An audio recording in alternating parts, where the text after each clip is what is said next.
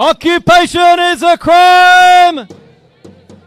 Free, free, free Palestine! Albanese, you can't hide! Stop supporting genocide!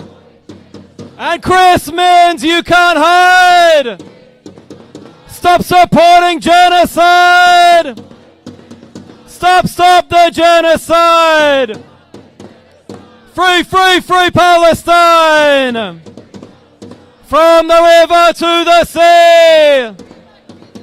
Palestine will be free! From the river to the sea! Palestine will be free! And Netanyahu, you will see that Palestine will be free! Netanyahu, you will see that Palestine will be free! From the river to the sea! Palestine will be free! Thanks everyone for coming out at this hugely important time to mobilize in our thousands yet again. To mobilize in our thousands all around the country yet again, because there are big protests happening today, also in Melbourne and in Perth, to demand a free Palestine. My name is Josh Lees. I'm going to be emceeing today from the Palestine Action Group with Amal Nassar, who I'm sure you know. I want to begin, of course, by acknowledging that we are protesting today, as always, on stolen Indigenous land. This is the land of the Gadigal people. It was and always will be the land of the Gadigal people. This land was never ceded. This land was stolen. And we stand in complete solidarity with the struggles today of our Indigenous brothers and sisters against the ongoing racism and oppression meted out by the Australian state, the same state that supports the genocidal regime of Israel. And of course, we salute everyone who was out in absolutely huge numbers for the Invasion Day marches that happened less than a week ago. It was incredibly important and inspiring to see tens and tens and tens of thousands of people out all around the country to fight for Indigenous justice and rights, to stand up to the absolutely noxious, fascist, racist creeps out there who are trying to take back their streets, so they say, these neo-Nazi marchers around the country who are, of course, backed by all the same right-wing media outlets who have the nerve to call us racist while they're backing the actual Nazis on the streets. Hugely important to see the huge Invasion Day march, and we want to point out as well that it's because of that big Invasion Day march that defied the Chris Minns ban on protests in this state. It's because of that march that we are allowed to march here today. Because the police backed down and had to alter the totally absurd protest ban restrictions that they've got in place over Sydney. We'll talk a bit more about that later. But it's because they had to alter that for Invasion Day that today we're going to be able to march from here at Hyde Park. We're going to be marching south to Belmore Park and wrapping up there. So we're going to be taking back the streets of Sydney in defiance of the ongoing genocide and also in defiance of Chris Minns and this whole ridiculous attacks on our right to protest that he's been meting out lately. Now, as we said, it's so important that we keep taking the streets. It's been, I think, 6 weeks since we organised our last major protest like this from the Palestine Action Group. It's been 6 weeks. It feels like it's been 6 months or a year, to be honest. So much has happened in the world. And of course, not least of which is the fact that the genocide in Gaza continues. And this is the number one point we have to keep saying.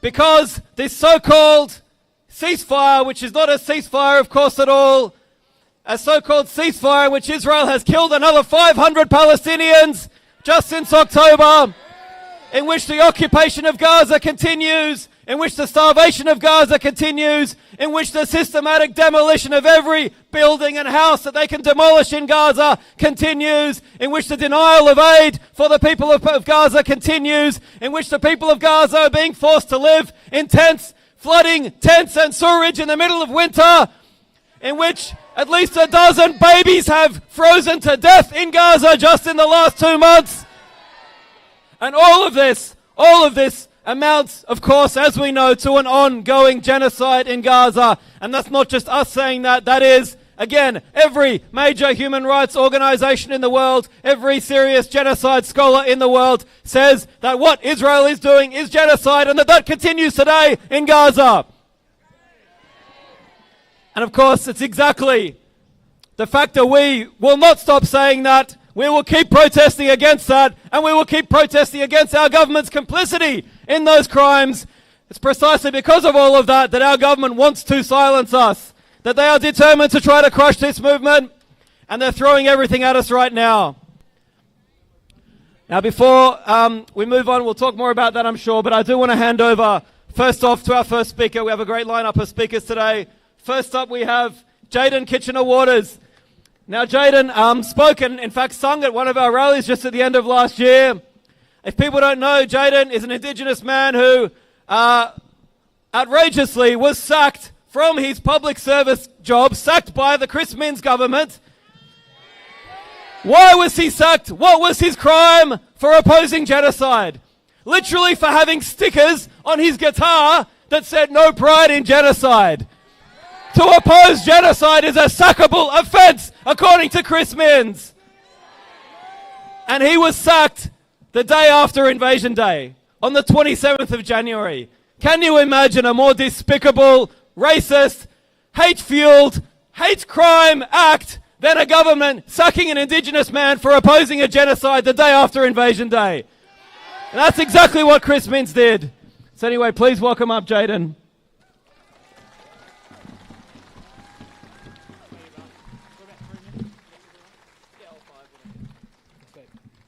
Just want to start by saying fuck Chris Minns, fuck Chris Minns, fuck Simon Draper, fuck Netanyahu. When our government turns their back on the innocent Palestinian lives being slaughtered at the hands of the brutal, gutless colonial regime, we rise in unity with unshakable determination and we call for a better tomorrow. All of us, hand in hand, side by side, we demand action, accountability and justice. May we all continue this fight until we don't have to fight it anymore.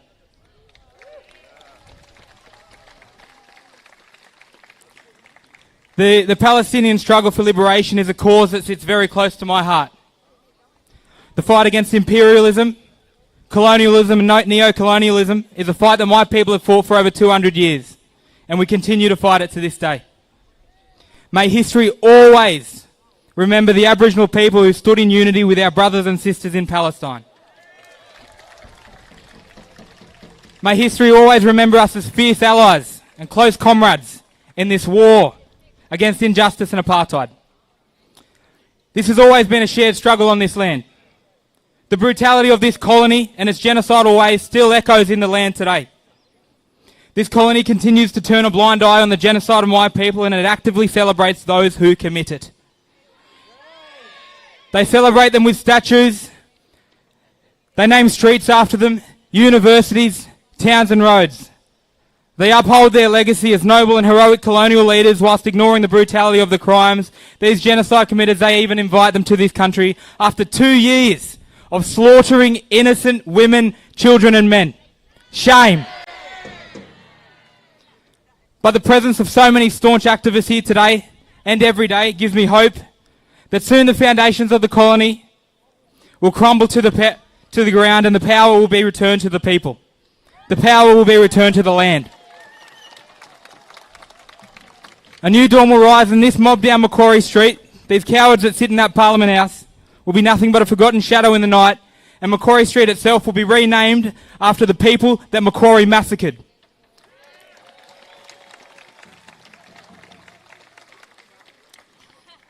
In 49 days, I'm going to be boarding a flight to Sicily. I'll be spending April on the Mediterranean Sea on the flotilla, joined by hundreds of other boats and thousands of other people.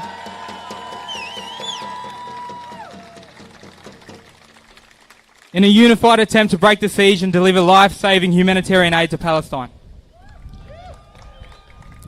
Some people call this brave, and that's something that we accept. It's something we embrace, because the future of this world depends on the brave. It depends on those who sacrifice their lives, their paychecks, and their safety for the sake of others. It depends on those who march the streets, who write to their local ministers, who boycott the big brands and businesses that support the ongoing mass slaughter of men, women and children. The future of this world depends on the brave people that hold their friends, families, communities, governments accountable for in the face of injustice. The future of this world depends on those individuals who stand up for what's right, even when their country tells them no.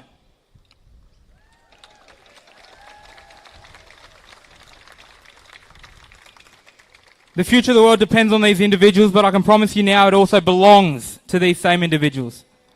The future belongs to us, the people. All of us here today carry a unique spirit of courage, devotion and dedication that can seldom be found in those parliament halls. Today and every day we face the world and we make a bold decision. We make a choice. We can surrender to the growing threat of fascism, or we can rise to the cause of the people. We can abandon the future generations of this world by allowing the greedy to continue their endless pursuit for profit, or we can stand up for ourselves, for our global community and for our country, for the country, the land. We can yield our human rights for the sake of compliance and obedience, or we can globalise the intifada. It's up to us.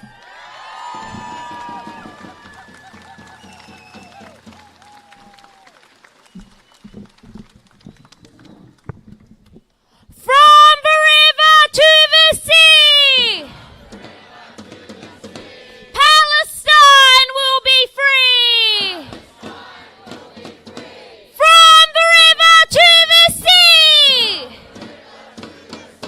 Palestine will be free.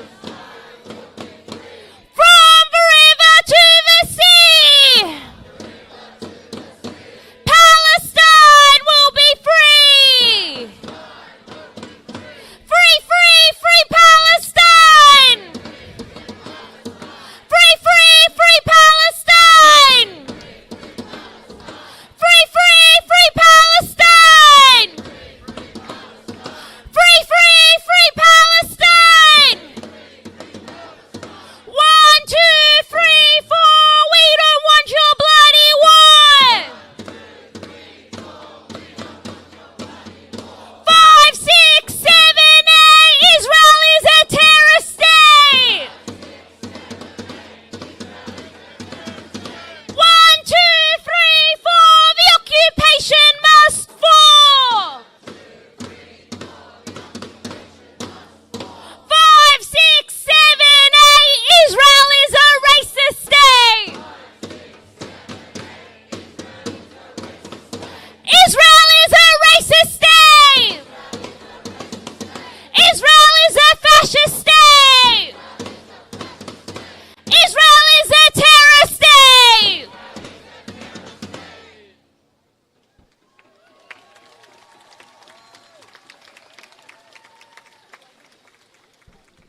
Thank you, everyone. My name is Amal, and I'm also emceeing the rally today. We're gathered today because Isaac Herzog, the genocidal president of Israel, is due to visit this country from February 9. And people across this country are gathering today to say clearly, a leader accused of incitement of the gravest international crimes should not be welcome on these streets.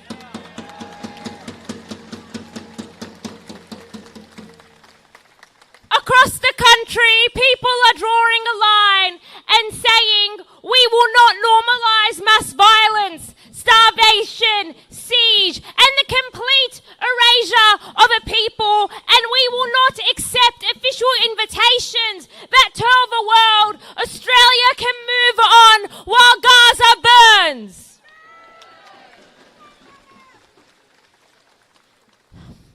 So when our leaders, when the Labor government say that this visit is about unity, we ask unity about what?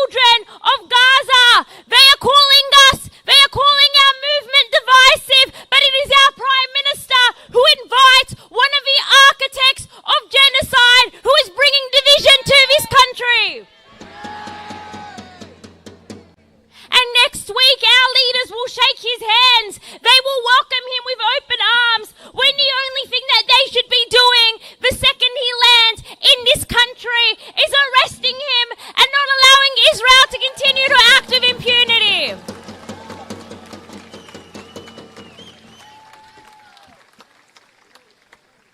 But they will justify this and they will say it's okay because supposedly Israel is upholding this so-called ceasefire.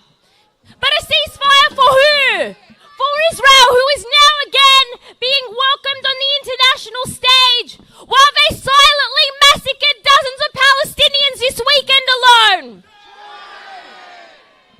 And at the same time, they are building a border peace, which looks less like justice and peace and more like a business plan where corporations and political elites are positioning themselves to profit from the ruins of Gaza before the bodies are even buried. And unfortunately, while all this unfolds, we are witnessing the greatest crackdown on our civil liberties since this genocide has started.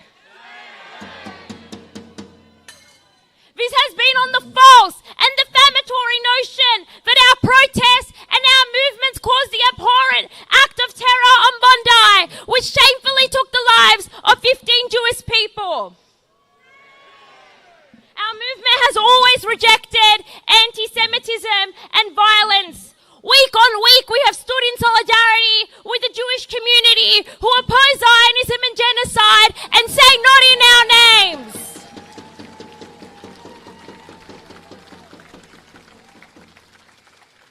Our demands has always been for a world that does not allow genocide, that allows everyone to live with equal dignity. We have united people of all races, religions and creeds in one unified core that Israel should not be allowed to genocide the Palestinian population.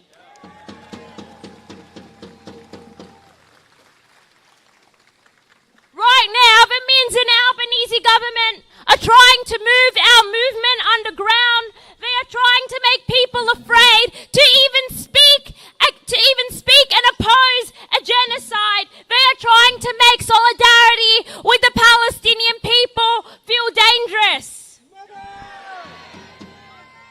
But we say today that we will not bow. We will keep organizing. We will keep building. And we will keep showing up peacefully, loudly, and with moral clarity.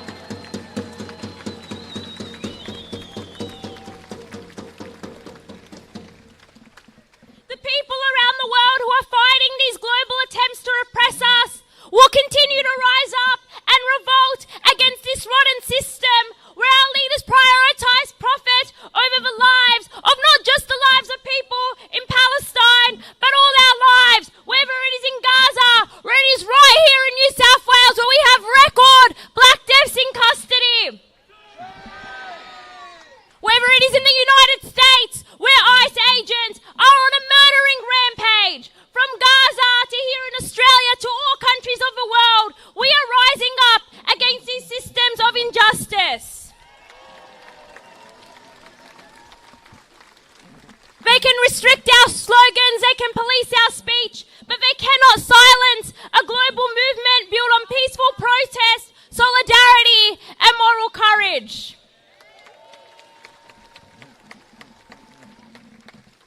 I'd now like to introduce our next speaker, Judith. Judith is a Jewish anti-Zionist activist from Jews Against the Occupation.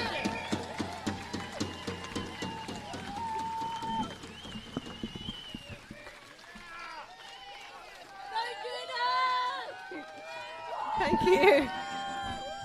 Thank you for inviting me to speak up here again. Although the circumstances that bring us together here again are bloody awful, it's good to be together once again with everyone in this amazing community.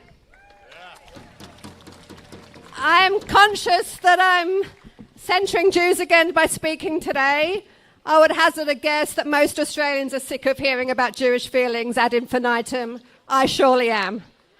But please indulge me for a short while, because anti-Zionist Jews are rarely heard publicly, except at rallies like this or in independent media.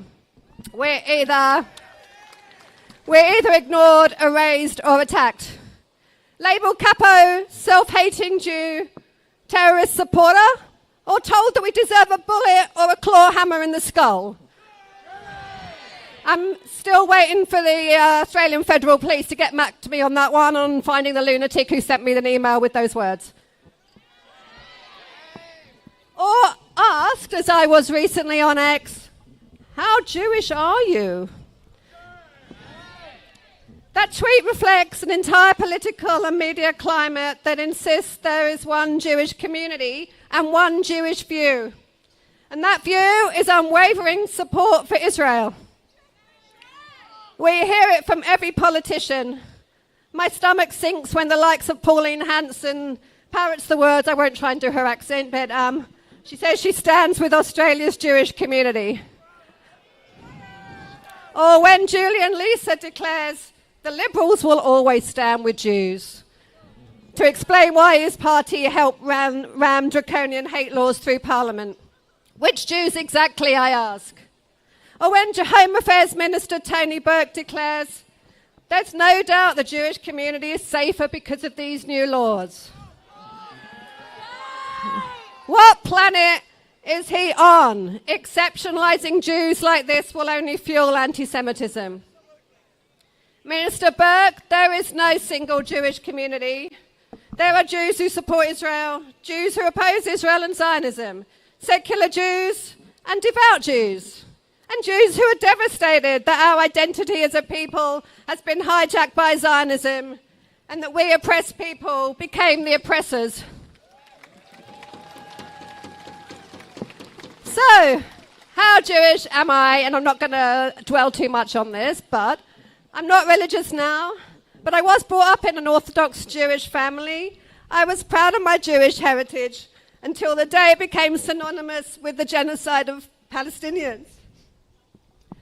For what it's worth, my ancestry DNA states that I'm 98% East European Jew, from countries where members of my extended family were exterminated in the Holocaust. Not indigenous to Israel, Eastern Europe. I was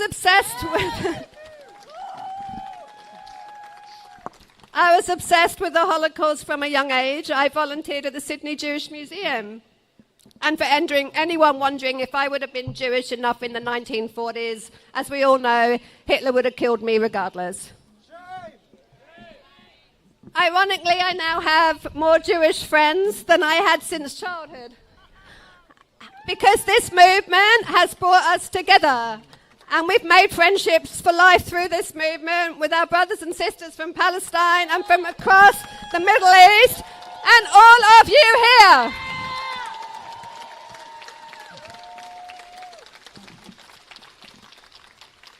A couple of weeks ago, the Albanese government did a backroom deal with Liberals to ram through the new hate laws, apparently to combat anti-Semitism after Bondi. They sold this as Jewish safety, but we know which Jews they mean. Not all of us Jews stand against the genocide. And to hell with hatred against Muslims, First Nation people, or any other minority group that cops it in Australia, they don't count. They claim it's about cracking down on extremists, but once governments bring in such laws, give them an inch and we know they'll take a mile. Under this regime, it's not hard to imagine Tony Burke going after groups like PAGE or Jews Against the Occupation 48 will be put on lists again, just like the Nazi era. Or just like maybe in the UK with the prescription of Palestine Action. That's gone so well with Starmer so far. While I'm talking about Tony Burke, am I the only one who remembers he was the same bloke who led the walk for respect in Lakemba in 2017, march against racism and Islamophobia? I was there, I remember it well. The destruction wrought by the two terrorists at Bondi has reached far beyond the victims. In the weeks since, the massacre has torn at a country that has historically responded to tragedy with unity rather than blame and politicisation, followed by repression. Last week, I attended the Sydney premiere of The Voice of HERZOG. I hope when this film goes on general release, it has the same effect as Anne Frank's diary did when it was published. This angel's tiny voice begging for hours to be saved.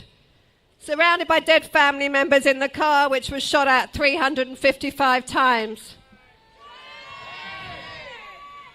The IDF monsters killed her along with the ambulance officers sent to rescue her. But Premier Chris Minns doesn't think we should protest that evil. And he doesn't want us to chant, globalise the Intifada. Not that we ever chanted that. He just picked up on an edict from the UK. I guess he's never heard of the Streisand effect. On 22nd of December, a closed-door committee into slogans, specifically Globalise the Intifada, was set up with submissions due just 3 short weeks later. Their report was quietly released late on Friday.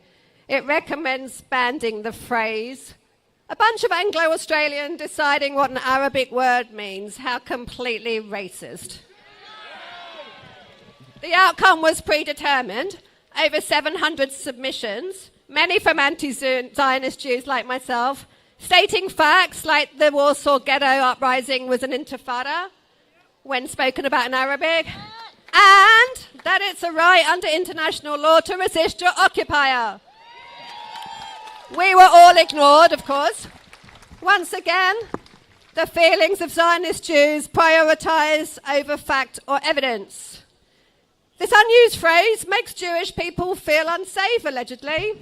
They think Intifada calls for violence against Jews. Yet, we Jews protest, when we're protesting here, we chant, long live the Intifada. Are we meant to believe we are calling for violence against ourselves? How completely ridiculous. Anything for social cohesion, I guess. Talking of which, Australia's laying out the red carpet for Isaac HERZOG. Invited to, and I quote Alex Rifchin, lift the spirits of the Bondi families. His entourage includes IDF commander Doron Almog, who has been accused of a number of war crimes. Back in 2005, the chief London magistrate issued an arrest warrant for him. HERZOG himself, as we know, named by the UN Human Rights Commission of Inquiry as one of Israel's leaders guilty of inciting the genocide in Gaza. Tony Burke knows who these men are. He knows what they've done and what they've said, and he'll grant them a visa anyway. Penny Wong says bringing HERZOG here is a good thing. Albanese has urged us to respect this solemn visit. And good old Minns has warned that demonstrators will not have the free run of the state during the visit. There's nothing funny about any of this, but I was reminded this morning of the old Ben Elton joke from the 80s, where Jesus and Hitler were walking up to get into a nightclub, and the bouncer says, "Nice boots, Hitler. No way, Jesus, you're wearing sandals." Like I said, it's not... Anyway, move on. Anyway, I used to think we were living in a parallel universe. Clearly, it's not us, it's them. I've seen many comments... I am wrapping up, Dory. I'm seeing many comments on social media from people across the country who've never protested before. But they say they'll be protesting HERZOG. That's social cohesion right there, Albo. Finally, you've managed to unite the country. Before I finish, I just want to mention that Jews Against the Occupation 48 are running a crowdfund on Chuffed because we want to do an information campaign when HERZOG, if he's here, if he comes, during the visit, to make it clear that many Jews obviously reject him. Details can be found on Jews Against the Occupation 48 Instagram and Facebook. Thank you to everyone who's donated. I can't say more about what that will be, where the money will go, but you'll hopefully see soon. And I will end with, I was going to say globalise the ... but from the river to the sea, Palestine will be free. Thank you.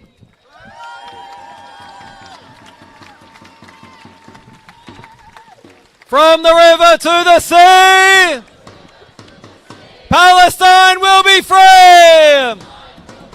From the sea to the river, Palestine will live forever. And from the river to the sea, Palestine will be free. Stop the genocide. Free Palestine. Thank you so much, Judith. And as Judith and others have said, we are really living in an upside down world at the moment. A world where the biggest terrorists on the planet, the people who have either carried out or helped to back and fund and arm a literal genocide in Gaza that have killed hundreds of thousands of people, those same people who are also the biggest racists on the planet because they back and support a genocide, have the nerve to accuse the people in the world who have done more than anyone else to stand up against terrorism and racism, to accuse us of being the ones responsible for a heinous act like the attack at Bondi. It is really an upside down world in which we have a Prime Minister pass laws supposedly against hate speech and then invite someone accused of inciting genocide to tour the country. And to tour the country explicitly, basically as part of a PR tour for a genocidal state. That's what this visit is from Herzog. And then, of course, we have both the Chris Minns and the Albanese governments who have not banned the arms trade with Israel. Chris Minns did not ban the Weapons Expo held here just 2 months ago in Sydney with Israel's biggest weapons companies. But what they do want to ban is phrases that no one even said. What they do want to ban is protests on the street, a mass peaceful protest movement against their policies. And today just reveals how utterly absurd, if it wasn't already clear, this entire protest ban from Chris Minns is. Because right now, if you can't tell, if we were to march that way out of Hyde Park or that way out of Hyde Park, we would be in breach of these new anti-protest laws. We would be deemed a threat to social cohesion. It would be violence and anarchy on the streets, and and this supposedly would lead to terrorist attacks. But if we march that way and that way, then that's fine. This is the world Chris Minns has created, the kind of Orwellian, nightmarish world where the criminals accuse us of criminality, where the racists accuse us of racism, where the world's biggest terrorists accuse us of being responsible for terrorism. And as Judith says, and as Amal has said, of course this mass movement has done the exact opposite of what they say. This mass movement has been a bulwark against all forms of racism in society for the past 2.5 years. Where else in society do we have people from all different backgrounds and faiths marching together to condemn racism, to celebrate what should be our joint values as human beings, fighting for the liberation and equality of all of us on this planet, from Sydney to Gaza and everywhere else? And we know, of course, that there are two main causes of anti-Semitism in the world today. The one, of course, is the despicable growth of the extreme right and the Nazis around the world. And of course, we all remember the Elon Musk Hitler salute that all of our politicians refused to condemn and refused to even say that's what it was. And of course, we know about the Nazis on the street who are all backed by the same Murdoch newspapers, who allowed that movement to come into existence, who then have the nerve to call us anti-Semites. So that is the one key pillar of anti-Semitism today, is the far right, is fascists, neo-Nazis, and we are part of the fight against those people. And of course, we salute everyone in Minneapolis and Minnesota standing up against Trump and his fascist ICE gangs. And the other key cause of anti-Semitism today is, of course, the actions of Israel and people's mistaken belief that Israel acts in the name of Jewish people in the world. And of course, that is a mistaken belief. And again, who else in society has done as much as what we all have in the past 2.5 years to say that that is wrong, to say that we do distinguish between the acts of a criminal Israeli state and Jewish people in the world, that we do not blame one for the actions of the other. No one else has done that. And of course, the key people deliberately conflating those things are our government, our media, and our Israel lobby in this country. And as Judith pointed out, now we have a despicable and dangerous situation where they are telling the people of this country that our rights have to be taken away, our rights to free speech, our right to protest, our right to even speak up against the genocide have to be taken away, supposedly in the interests of Jewish safety. This is a disgusting argument, a despicable argument. We are told, literally today, you can either oppose the genocide in Gaza or you can oppose the terrorist attack in Bondi. We are being told that you cannot oppose both. This is an absolutely sick world they are trying to create. And we are the people who reject that. We condemn the despicable actions at Bondi and we condemn the despicable genocide in Gaza. It's not very hard to do. Most people in the world think that. And we will keep fighting and fighting and fighting for our right to say that here. Against every attack, against Chris Minns' laws. People would have seen his latest thing is to try to make us only be able to protest in the domain. That's his latest thought bubble. And at a federal level, of course, these despicable new laws which potentially can give the government, can give three people is all it takes now to declare any group in Australia that they don't like a banned hate group and its members can be jailed for 15 years. It just takes 2 ministers and the head of ASIO. And they try to tell us it's not a political process. Ooh, how dumb do they think we are? Honestly. But that's the situation we're in today. Repressive laws are, let's be clear, Trump wishes he had in America right now. But Australia does have them. Australia has more repressive anti-protest laws than Trump's America. Think about that. All right. Now, the other crucial thing to say, of course, is that even though all of our institutions are rushing to create this authoritarian Orwellian nightmare, we know that the mass of ordinary people in this country, millions and millions and millions of people who have stood up and opposed genocide, do not believe any of this bullshit. We are not going to be cowed by this bullshit. We are not going to be silenced by this bullshit, and we are going to continue to come out again and again to fight against genocide and to fight for our right to protest. And we saw that with the Adelaide Writers' Week, response from all those brilliant writers who stood up and said, no way in hell are we going to stand by and allow a Palestinian author to be cancelled for being Palestinian in this despicable racist fashion, standing with Randa Abdel Fattah. And we're seeing it in the response right now, the thousands and thousands of people out here right now, and the huge numbers that are going to turn out to protest against Herzog when he tries to step foot in this country. So we need absolutely thousands of us to be out there. We need to be brave, we need to stand up, we need to be disciplined, we do need to be smart in how we're responding to this new repressive environment. But above all, we need to be brave and organised and bold and determined that they are not going to silence us. And on that note, I'm going to pass over to our next speaker who will give, not that we need more reasons, but Shamik Badra is from Gaza. And he can tell his own story, but his story is, of course, the ultimate reason why we need to keep fighting, why they won't shut us up, and why it's so obscene that they would tour this war criminal president to come to Australia.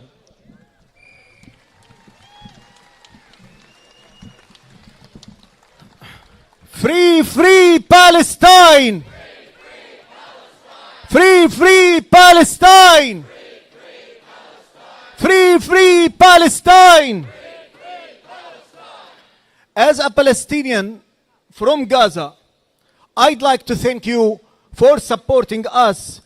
Thank you for standing here today. Thank you for standing for justice in Palestine and Gaza. Your solidarity gives us hope to continue our resistance against occupation until we achieve independence, liberation, and freedom.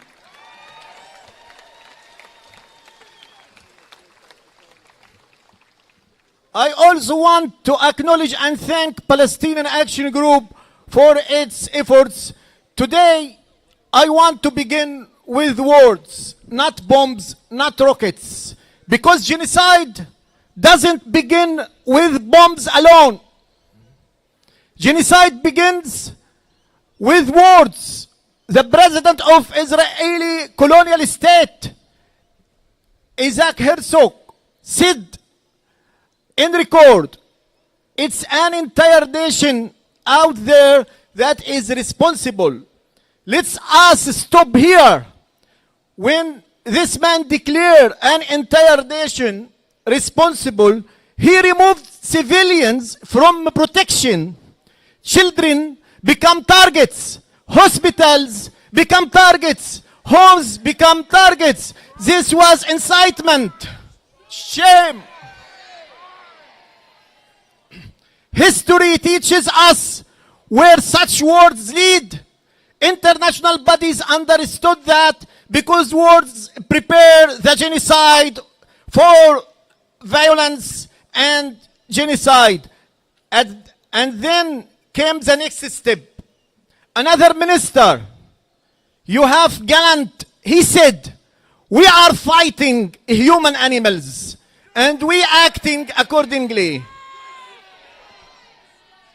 He said, no electricity, no food, no water, no fuel, everything is closed. These were not threats, they were orders. Food was cut, water was cut, medicine was cut. This is collective punishment. This is a war crime. And then we saw the outcome. The same President Herzog again spoke and filmed signing rockets.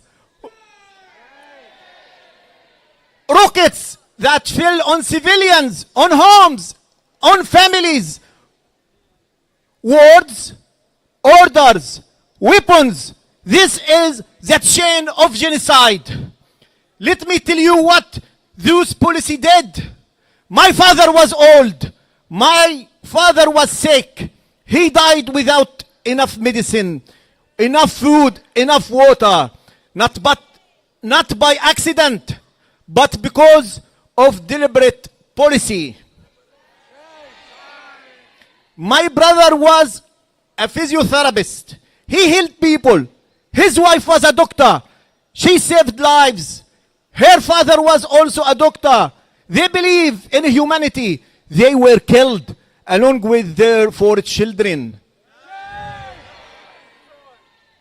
And my brother and his family didn't just die. They disappeared. For more than 2 years, we haven't known where their bodies are.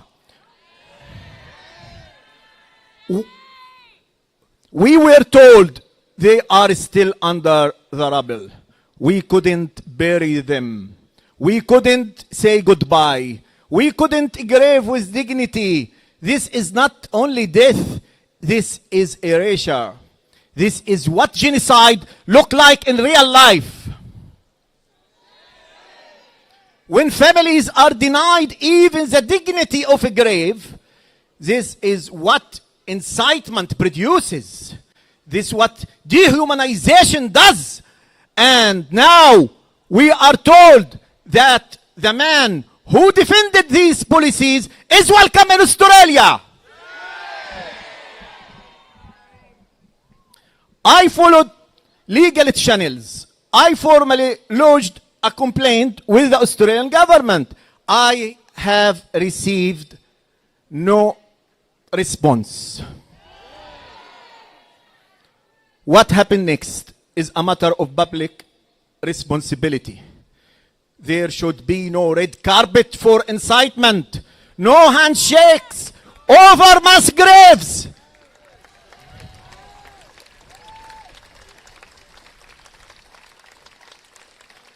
Because when officials shake hands, when doors are opened, when red carpet are rolled out, they are stepping over rubble, they are stepping over body, they are stepping over my family. Justice doesn't begin with diplomacy, it begins with the truth. The truth demands accountability.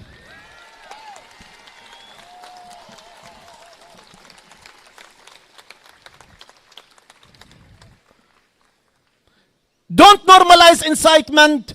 Don't legitimize collective punishment, because words matter, because policies kill, because silence enables, and because Palestinians, even under rubble, are still human, still visible, and still deserving of justice. I stand here for victims, for my father, for my brother and his family, for every Palestinian life. Thank you so much. Free, free Palestine! Free, free, free Palestine! Free, free Palestine! Free, free, free Palestine! Okay, everyone, we're about to march. We'd just like to introduce our last speaker, who needs no introduction. Senator Mehreen Faruqi is a senator with the Australian Greens, and she has been a staunch supporter of the Palestinian movement.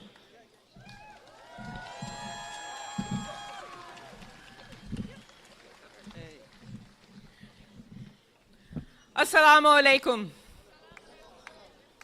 I stand before you today, a loud and proud brown migrant Muslim woman who is unashamedly and unapologetically pro-Palestine and anti-genocide.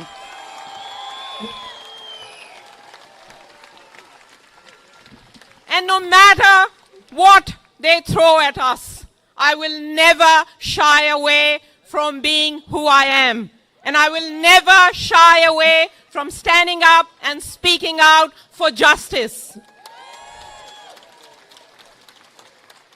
I acknowledge the sovereign owners of the lands we gathered on, the Gadigal people, and pay my deepest respects to elders past and present. Always was, always will be Aboriginal land. Aboriginal and Torres Strait Islander people continue to bear the brunt of violence, discrimination, and racism in these colonial systems. And if we needed any more evidence of how little First Nations lives matter to Labour governments, federal and state, it happened on Invasion Day. In Burlu, a bomb was thrown into a crowd of First Nations people and their allies. And the silence from the establishment has been deafening. And let me tell you this silence is not accidental. It reflects a political culture that has normalized violence against First Nations people and treats it as unworthy of urgency or outrage. If this had happened to almost, and I say almost deliberately, if this would have happened to almost anyone else, there would have been wall-to-wall media coverage, emergency press conferences, and calls for new laws. But when First Nations people and their allies are attacked, politicians and the mainstream media barely mention it. These double standards are disgusting, and they have been entrenched in this country now. And the impact is devastating, and we see it every single day. For the last 2 years, the Albanese and Minns Labour governments have searched for ways to shut us down, to shut down the anti-genocide, pro-peace movement of people that show solidarity with Palestine.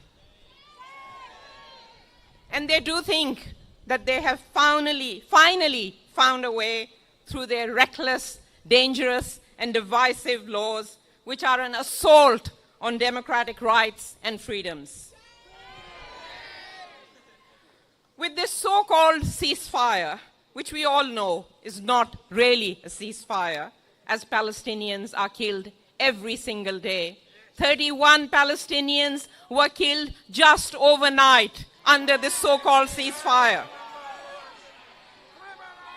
But we are now seeing a deliberate plan to insulate and protect the Israeli government from any accountability and any consequences, because they are building the power to implement a Trump-style crackdown on free speech, including attempts to ban phrases and protests against a genocidal state.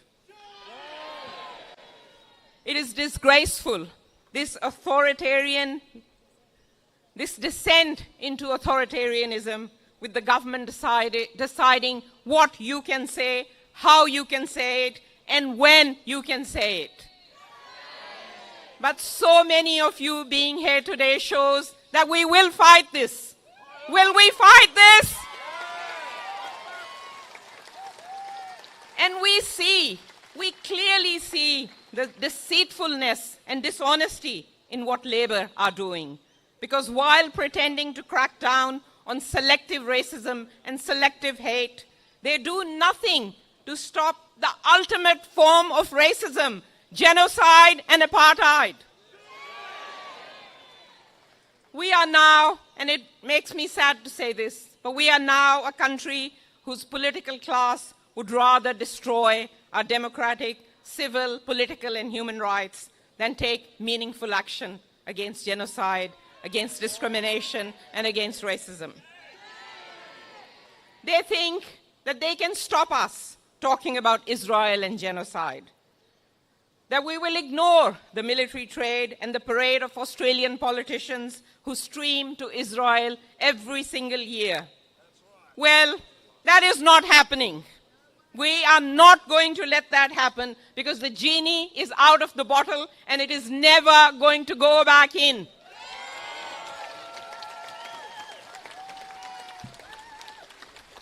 They say that they are doing this in the name of unity, protection against racism, and social cohesion. How utterly Orwellian.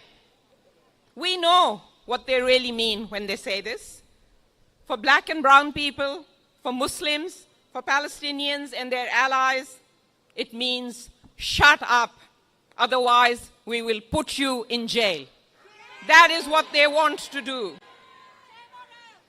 The Albanese government are such complete and utter hypocrites, banging the drum of unity while doing the most divisive thing possible by placing a welcome mat for the head of a state committing genocide. You don't fight racism by rolling a red carpet out for a war criminal, do you? This is a man found by the UN Commission of Inquiry to have publicly incited genocide. This is a man who autographed bombs used to flatten hospitals, murder children, and destroy entire apartment blocks. And yet, Labour and Liberal politicians are falling over each other to justify his visit. And they have the audacity to tell us that it is a good thing. No, Minister Wong, it is a very bad thing to welcome a war criminal who should be in The Hague facing trial for the war crimes of Israel.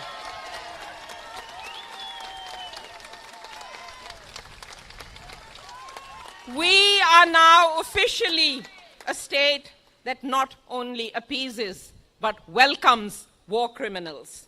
A state that no longer believes in international law.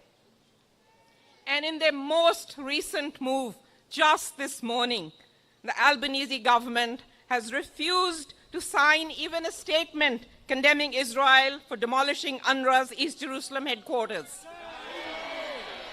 A statement signed by 11 countries, including their allies, Canada, UK, and France. So it seems they have now stopped even pretending that they care. But here's the thing. The Prime Minister does not speak for us. He cannot pull wool over our eyes, no matter how much he tries to defend the visit of Israel's president. Israel has massacred, bombed, and dehumanized Palestinians for decades and is now on a genocidal mission to erase them. So we will not We will not let Herzog's visit go unchallenged. We will not allow hard-won rights to be stripped away quietly and without resistance. Because unlike the Labour government, we take our moral responsibilities seriously. And we take our strength from decades of resistance and resilience of the Palestinian people and the hundreds of years of resistance and resilience of First Nations people right in this country. So to Anthony Albanese and to Chris Minns, hear this very clearly and loudly. Pass as many anti-democratic laws as you want with your mates in the Liberal Party. You will not silence us.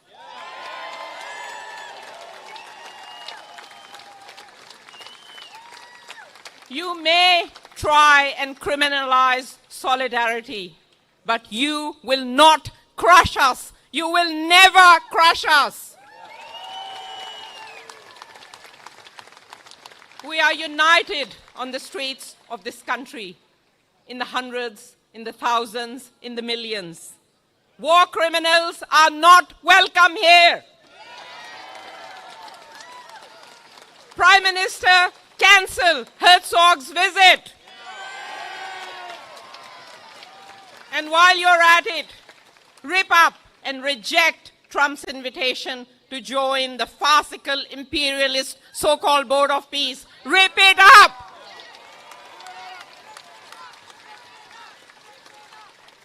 The Labour government may not want to hold Israel to account, but be sure of one thing. We will hold the Labour government to account. And we will not stop talking about Palestine.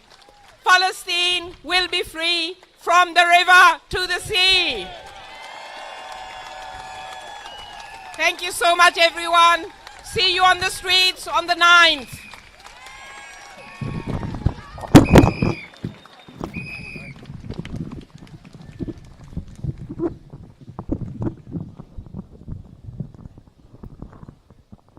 Thank you, Maureen. Bringing the house down. Good on you. Say it loud, say it clear. War criminals not welcome here.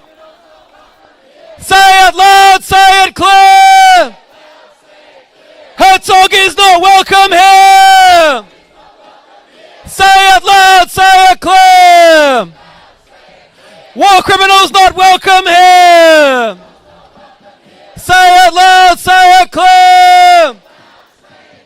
Herzog is not welcome here. All right, we're going to march, but I do just want to leave you with that mission. We have a mission, all of us, for the next 8 days, and that is to build and build and build this growing momentum to cancel Herzog's visit. Herzog is going to arrive in Sydney on Monday, the 9th of February. That evening, we are planning a massive demonstration. Here in Sydney, it's going to be 5:30 p.m. Monday, the 9th of February at Sydney Town Hall. This is going to be part of a national day of protest. There are already dozens and dozens of cities around the country planning to come out at the same time on Monday, the 9th of February, to say cancel Herzog's visit. And if he does step foot in this country, to say he must be arrested. He must be arrested and investigated for his crimes against humanity, for his crimes of inciting genocide. And there is growing momentum against Herzog's visit. We need to keep building that. So please get out there, tell everyone you know, tell everyone to bring everyone they know to that protest. We need to be huge, huge there at Town Hall on Monday the 9th of February.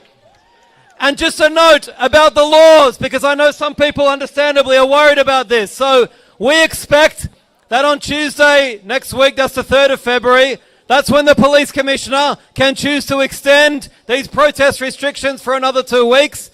We expect that he will. I wonder why. So that means that there will be extra restrictions on protests. But we must all be clear, it is still legal to come and attend a public assembly. That will not be against the law. It is not a crime to come to town hall and protest against this war criminal. And we want everyone to be there on the 9th to do that. And of course, we assert and we demand and we plan that we do want to march on our streets that night.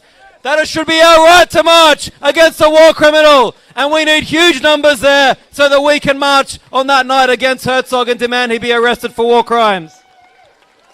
All right, so please get out there and spread the word and make that huge. We need to build that coalition that saw 300,000 march over the bridge. We need them there on Monday night, the 9th of February. We need all the trade unions to stand up again and come and mobilise their members to be there, and every other community organisation in this country. All right, time to hit the streets today. It's a slightly different route, as I said. We're going to be marching out of Hyde Park towards the cathedral onto College Street. Then we're going south down College Street, and we're ending at Belmore Park. So please be loud, be clear, and say war criminals not welcome here. Say it loud, say it clear. War criminals not welcome here. Say it loud, say it clear. War criminals not welcome here. Say it loud, say it clear.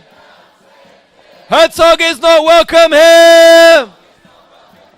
All right, over to you. Just let us get the trolley to the front before we all start marching.